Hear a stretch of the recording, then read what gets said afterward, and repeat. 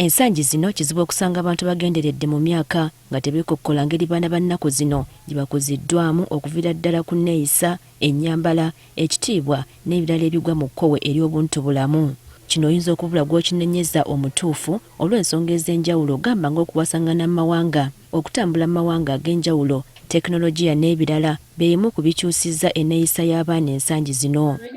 Eno y'ensonga lwaki abantu ab'enjawulo naddala abakyala abegattira mu kago gwa Decent Africa nga bakulembeddwamu Cameras Namata batandise kaweefube olw'okuyamba omwana omuddugavu okweyisa mu ngeri eweesa ekitiibwa ensi gy'asibuka nga beesigama ku mukyala. Lukung'aana luno twalutegese nga tutunuulira omugaso gw'abakyala oba omulimu gw'abakyala eri okuteekawo future ennungi mu byenjigiriza n'ebyobulamu obwa future y'abaana eddako.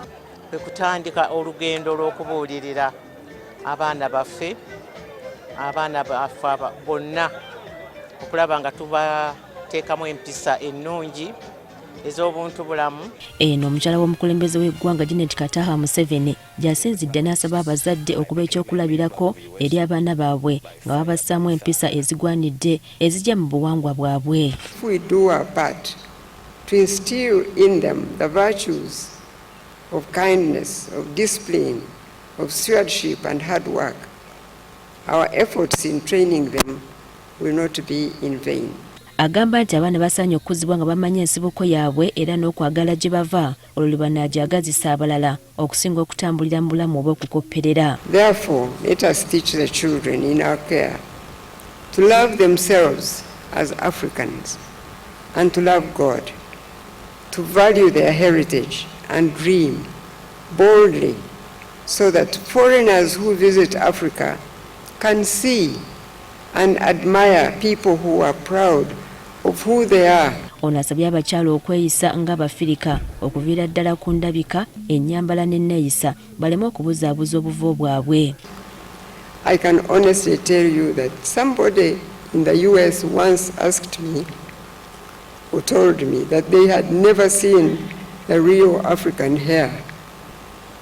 So this person said, so this is how it actually looks when it is natural. Mu lukung'aana luno ne mama wa Buganda Sylvia Najjinda abaddeyo era n'asaba abantu bonna okweyambisa obuwangwa bwabwe mu ngeri ey'omulembe wabula si kubusuula lubona abeera ab'enjawulo mu mawanga amalala. By bringing together positive traditional practices and constructive modern solutions, we can build communities that are both resilient and empowered. Kyokka asabye abantu okwewala n'okuvumirirwa obuwangwa okutyobula ekitiibwa ky'omukyala kubanga ebintu nga bino bikumidde nnyo mukyala emabega. We must also address the negative cultural norms that limit women's opportunities and ensure that women are equipped with the skills and knowledge to excel in leadership roles. Okusobola okutumbula ekitiibwa kya Africa, Nabagereka agamba nti omukyala asaana okukwasizaako mu byenfuna wabula si kumuwa buwi ssente naye asomesebwe butya bw'asobola okukola ssente n'okuzikozesa okusobola okwekulaakulanya. By empowering women with financial skills and financial literacy, we enable them to have agency and to make informed decisions about their health.